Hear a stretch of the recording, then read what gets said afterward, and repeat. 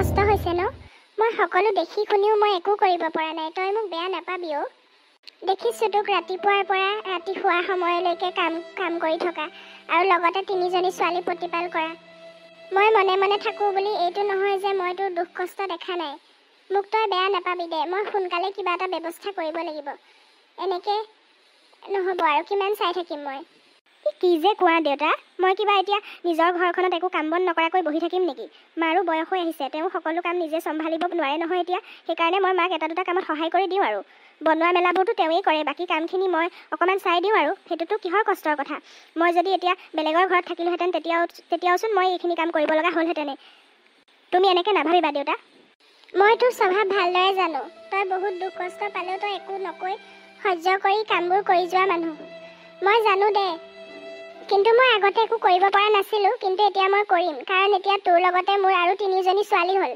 তাহাঁতৰ কাৰণে হ'লেও মই কৰিব লাগিব দেউতা মই জানো তুমি সদায় ভালটোৱেই কৰিবা এটা ভাল সিদ্ধান্তই ল'বা কিন্তু যিয়েই কৰা দেউতা মোক তোমালোকৰ পৰা আঁতৰাই নপঠাবা মই বহুত অকলশৰীয়া অনুভৱ কৰোঁ দেউতা তোমালোকৰ ঘৰখনলৈ অহাৰ পিছৰে পৰা মোৰ মনবোৰ ভাল হৈ থাকে কাম কৰাটো একো ডাঙৰ কথা নহয় দেউতা মোৰ নিজৰ মানুহবিলাকক ওচৰতে পাই মোৰ মনটো ভৰি থাকে অকলশৰীয়া অনুভৱ নহয় তিনিওজনী ছোৱালীক প্ৰতিপাল কৰিবলৈ যেন মোৰ অন্তৰত এটা সাহসৰ জন্ম হয় তোমালোকৰ মৰম আৰু চেনেহ পালে দেউতা তোমালোক মোৰ পৰা আঁতৰি গ'লে মোৰ বহুত জীয়াই থাকিবলৈ কষ্ট হ'ব মোক এইখন ঘৰৰ পৰা আঁতৰাই নপঠাবা লাগিলে তুমি যিয়েই কৰা দেউতা তই সেইবোৰ চিন্তা কৰিব নালাগে এতিয়া মোৰ ঘৰখনত আছ যেতিয়া তই মোৰ দায়িত্ব তোৰ লগতে তিনিওজনী ছোৱালীৰ দায়িত্ব মই লৈছোঁ মই কিবা এটা কৰিম দে তোক কেতিয়াও আঁতৰাই নপঠাওঁ তই এইবোৰ চিন্তা কৰি নাথাকিবি হ'ব দে তই এতিয়া কামত লাগ ময়ো তামোল কেইটামান পাৰি বজাৰলৈ নিব লাগে তামোলকেইটা পাৰোঁগৈ এই টংকেশ্বৰক মাতিছোঁ সি অলপ সহায় কৰি দিব মোক হ'ব দিয়া দেউতা এতিয়া তোমাৰো বয়স হৈ আহিছে এনেকৈ তামোল গছত উঠি তুমি তামোল পাৰিবলৈ নাযাবা আকৌ কাৰোবাৰ সহায় ল'বা দেই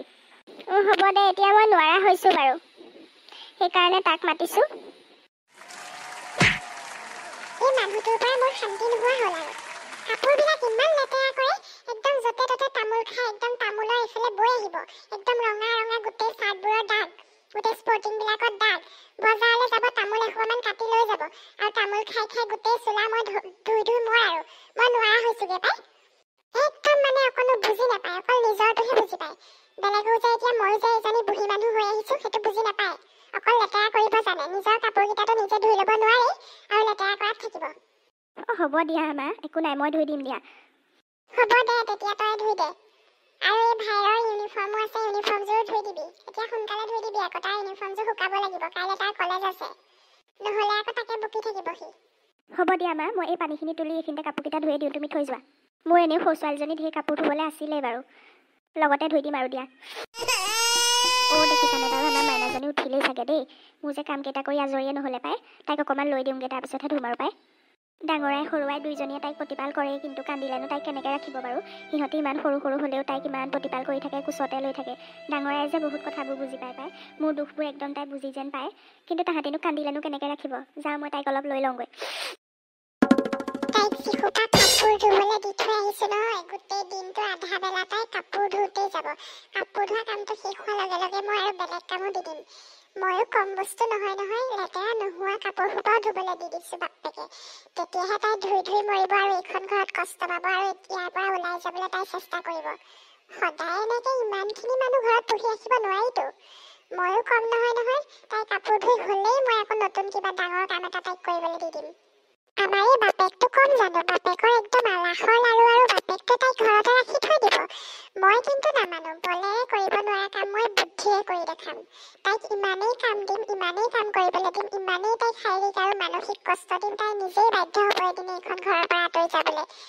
কাৰণ মোৰ ল'ৰাটোৰতো এটা ভৱিষ্যত আছে এনেকৈ বিয়া দিয়া ছোৱালী এজনী ঘৰত আহি আছেহি বুলি তালৈ পিছত কোনে ছোৱালী দিব আৰু ইমান সোপা মানুহ ঘৰত কি পুহি ৰাখিব পাৰিম নেকি আমি মই খালি মনে মনে থাকিব লগা হয় এই বাপেকটোৰ কাৰণে মইতো মুখৰ আগত একো ক'ব নোৱাৰোৱেই সেইকাৰণে বুদ্ধিৰে কাম কৰিব লাগিব বাপেকে আগতে ঘৰলৈ আহোঁতে ইমানকৈ তেনেকৈ বস্তু নানে এতিয়া মাছে মাংসই একদম আনি গোটেই ছোৱালীলৈ চানা আনিব কৰ কেঁচা চানা কৰ চিপছ কৰ কি আনিব এতিয়া ভালেই হৈছিল এজনী পলাই গৈছিল মইতো ভালেই পাইছিলোঁ মনে মনে কোৱা নাছিলোঁ আৰু পলাই গ'ল বোলো দায়িত্ব এটা সাৰিলোঁ আৰু হ'ল কিন্তু এতিয়া আকৌ ঘৰতে আহি থিতাপি ল'লেহি এনেকৈতো নহ'ব মোৰ ভাগৰ আলনাত যিমান মেখেলা চাদৰ আছিলে চব ধুবলৈ দি দিলোঁ আৰু ল'ৰাৰ চব কাপোৰ ধুবলৈ দিছোঁ তাই ধুই ভাগৰি যাওক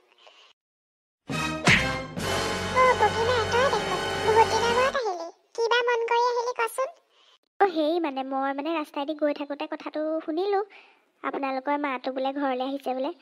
সেই মহেন্দ্ৰ দাই হেনো তাইক বোলে আহিবলৈ দিছে।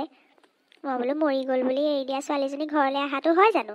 তাৰপিছত নাই আৰু ইহঁতৰ পদ্মেশ্বৰ পুতেকে মানি নলয়, বোলে নাই নাই অহাটো হয় বোলে, মই নিজেই দেখিছোঁ বোলে, তাই বোলে ছোৱালী তিনিজনীও হ'ল বোলে। কথাটো হয়নে বাৰু? হয় অহাটো হয়। এনেই মানে চাবলৈ গ'লে একো নাই আৰু, ঘৰৰ ছোৱালী ঘৰলৈ আহিছে, কিন্তু হ'লেও আকৌ মহেন্দ্ৰ দাই তাইক আকৌ মৰিল বুলি এৰি দিছিলে যে পলাই যাওঁতে। কোনো জাত পাতৰ কথা নাই, কৰনো টাউনৰ ল'ৰা এটা চাই নিজে নিজে পলাই গৈছিলে, এতিয়া আকৌ ঘৰলৈ ঘূৰি আহিছে। কথাটো ক'লে বেয়া হয় মানে, মই মানে শুনিবলৈ পোৱা মতে আৰু এটা কথা শুনিছোঁ, কিন্তু আপোনাক ক'বলৈ এতিয়া বেয়া লাগিছে আৰু। কিনো শুনিছ বাৰু তই? কৈ যাচোন। হ'ব থাকক দিয়ক নব, আপুনি ক'লে মনটোতে বেয়া পাব পাৰে, এইবোৰ শুনাৰ কথাহে আৰু। সঁচা মিছা নাজানো নহয়, মই শুনিছোঁ আৰু। হ'ব দিয়ক, নালাগে দিয়ক জানিব। ক বুলি কৈছোঁ নহয়, ক তই ক'ত কি শুনি আহিছ? তেতিয়াহ'লে আপুনি ইমান জোৰ কৰিছে যেতিয়া কৈয়ে দিওঁ। খালি মোক এই পদ্মেশ্বৰৰ পুতেকেহে ক'লে, আপুনি আকৌ তাক নুসুধিব আকৌ দেই মই কৈছোঁ বুলি কথাটো।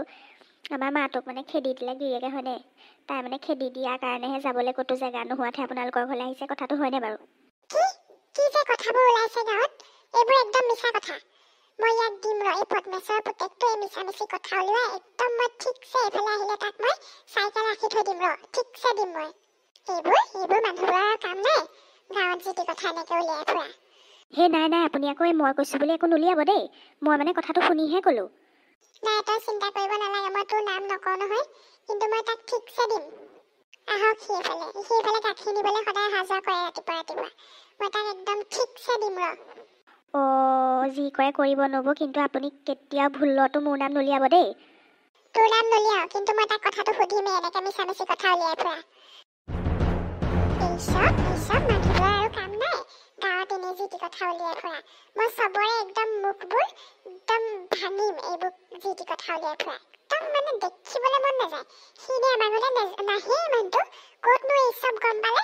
মই চবকে একদম চাই ল'ম এইসোপা কথা উলিয়াই ফুৰা, আমাৰ ঘৰৰ কথা যি টি উলিয়াই ফুৰা। আপুনি হ'লে মোক হ'লে বেয়া নাপাব দেই, মই আকৌ যিটো শুনিছোঁ সেইটোহে কৈছোঁ। আপুনি মোক বেয়া পাইছে নেকি আকৌ? মই আহিছোঁ দেই নব। দেখিছা, গাঁৱতো মানুহে গম পালে এইবিলাক কথা। একদম মানে এই কিবা এটা কৰি চলে বলে বুদ্ধিৰে মই যেনে তেনে ইয়াৰ পৰা খেদিব পাৰিলেই মই বাচিলোঁ আৰু দেই। বাবা তই অফিচ যাবলৈ ওলালি? বোৱাৰীয়ে বহুত সোনকালে ব্ৰেকফাষ্ট বনাই মেলি দিলে ন? আজি একদম টাইমত ওলাব পাৰিলি আৰু, ভালেই দে। তাইক মই অথনিৰে পৰা চাই আছোঁ বোলো চাহ একাপ বিচাৰোঁ, মই কিটচেনৰ ফালে যোৱা নাই বাৰু, তাই চাগে ব্ৰেকফাষ্ট বনাই আছিল ন, ব্যস্ত হৈ আছিল। নাই মা, মই বাহিৰতে কিবা এটা খাই ল'ম দিয়া। তাই মানে শুই উঠা নাই, সেইকাৰণে মোৰো উঠাবলৈ বেয়া লাগিলে আৰু, ভাগৰ লাগি আছে চাগে সেইকাৰণে শুই আছে। কি? তাই এতিয়াও শুই উঠাই নাই? এই বোৱাৰী মানুহজনী 10টা বজালৈকে শুই থাকে নেকি বাৰু? এতিয়া 10টা বাজিলে, 10টা বজালৈকে তাই শুই আছে, কি কথা কৱ তই? হয় মা, একো নাই দিয়া, বোৱাৰী হ'ল বুলিয়ে শুব নোৱাৰিব বুলি একোতো কথা নাইকিয়া। তাই মোক আগতেই প্ৰথম দিনাখনেই কৈ থৈছে যে তাই ৰাতিপুৱা দেৰিকৈ উঠে, আৰু তাই সেইটো অভ্যাস, আৰু মই যাতে তাইক ডিষ্টাৰ্ব নকৰোঁ ৰাতিপুৱা শুই থাকোঁতে, সেইকাৰণে মই একো ডিষ্টাৰ্ব কৰা নাই। একো নাই দিয়া, মই বাহিৰতে খাই ল'ম। নহয় বাবু, তই বাৰু বাহিৰতে খাই ল'ব পাৰিবি, আৰু মই চাহকাপ যেনিবা কিবা এটা কৰিলোঁ নিজে বনাই খালোঁ, কিন্তু এনেকৈ ইমান দেৰিলৈকে শুই থকাটো এইটো ভাল নেদেখি নহয়। তাতে তাই নতুন কইনা, মোৰ লগৰ বৰুৱানী শইকীয়ানী সকলো আহিম বুলি কৈছে তাইক চাবলৈ। বোলে কইনাজনী দেখাই নাই, কাকনো বিয়া পাতিলে বাবুৱে চামিচোন বোলে, বিয়ালৈও নামাতিলে, ৰিচেপশ্যনো নাই দিয়া, সেইকাৰণে বোলে বোৱাৰীজনীকে চাই আহিমগৈ, আহিম কৈ আছে। তাহাঁতি এতিয়া আহিবই, তাই অকণমান সোনকালে উঠি মেলি গা চা ধুই অলপ ৰেডি হৈ থাকিব লাগে। মা প্লিজ মোক এইবিলাক কৈ নাথাকিবা দেই, তোমাৰ বোৱাৰী তুমি যেনেকৈ শিকাই বুজাই লোৱা, তোমাৰ দায়িত্ব সেইটো।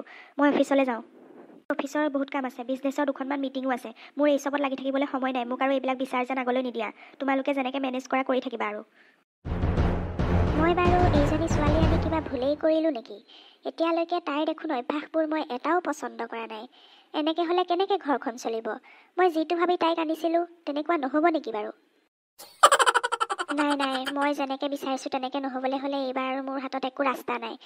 এইবাৰ মোৰ মতে নোহোৱা কাৰণেহে মই এইক বিয়া পাতিছিলোঁ। এতিয়া যদি এইও মই ভবাৰ দৰে নহয় তেতিয়াহ'লে বহুত অসুবিধা হ'ব। এতিয়া মই দেখোন এই কামবিলাক একো ভাল দেখা নাই। যাওঁ মই তাইক উঠাই দিওঁগৈ। ইমান দেৰিলৈকে শুই থাকে। আগতে জীয়ৰী হৈ থাকোঁতে শুইছিলে বাৰু মই মানি লৈছোঁ, কিন্তু এতিয়া এখন ঘৰলৈ আহি নতুন বোৱাৰী তাই 10টা 11টালৈকে শুই থাকিলে কেনেকৈ হ'ব? আৰু বাকী আমাৰ ঘৰৰ ইমান সোপা কাম আছে, সেইখিনি কোনে কৰিব? মইতো কাম কৰিম বুলিয়ে বোৱাৰী অনা নাছিলোঁ। আগতে বোৱাৰী নাছিলে তেতিয়া কৰিছিলোঁ, এতিয়া মই ইমান কাম কৰিব নোৱাৰোঁ নহয়। বন্ধুসকল ভালে আছে নিশ্চয় যদিহে আজিৰ ভিডিঅ'টো চাই ভাল লাগিল তেতিয়াহ'লে প্লিজ লাইক কমেণ্ট কৰি জনাবলৈ নাপাহৰিব যে আপোনালোকৰ ভিডিঅ'টো চাই কেনেকুৱা লাগিল আৰু আজিলৈ আহিছোঁ পৰৱৰ্তী খণ্ডত আকৌ লগ পাম পৰৱৰ্তী খণ্ড চাবলৈ মোৰ চেনেলটো প্লিজ প্লিজ প্লিজ ছাবস্ক্ৰাইব কৰি লওক আৰু লগতে থকা বেল আইকনটো দবাই লওক যাতে ভিডিঅ'বোৰ সময়মতে নটিফিকেশ্যন আহিলেই আপোনালোকে চাব পাৰে আজিলৈ আহিছোঁ পৰৱৰ্তী খণ্ডত আকৌ লগ পাম ধন্যবাদ